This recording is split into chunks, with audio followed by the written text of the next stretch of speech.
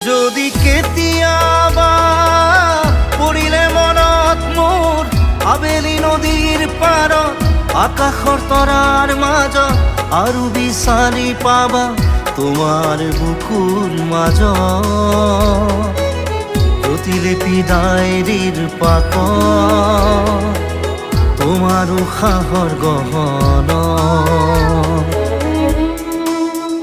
মই নথকাৰ অনুভৱ যিদিনা হ'ব তোমাৰ সিদিনা অশ্ৰু নিগৰিব নে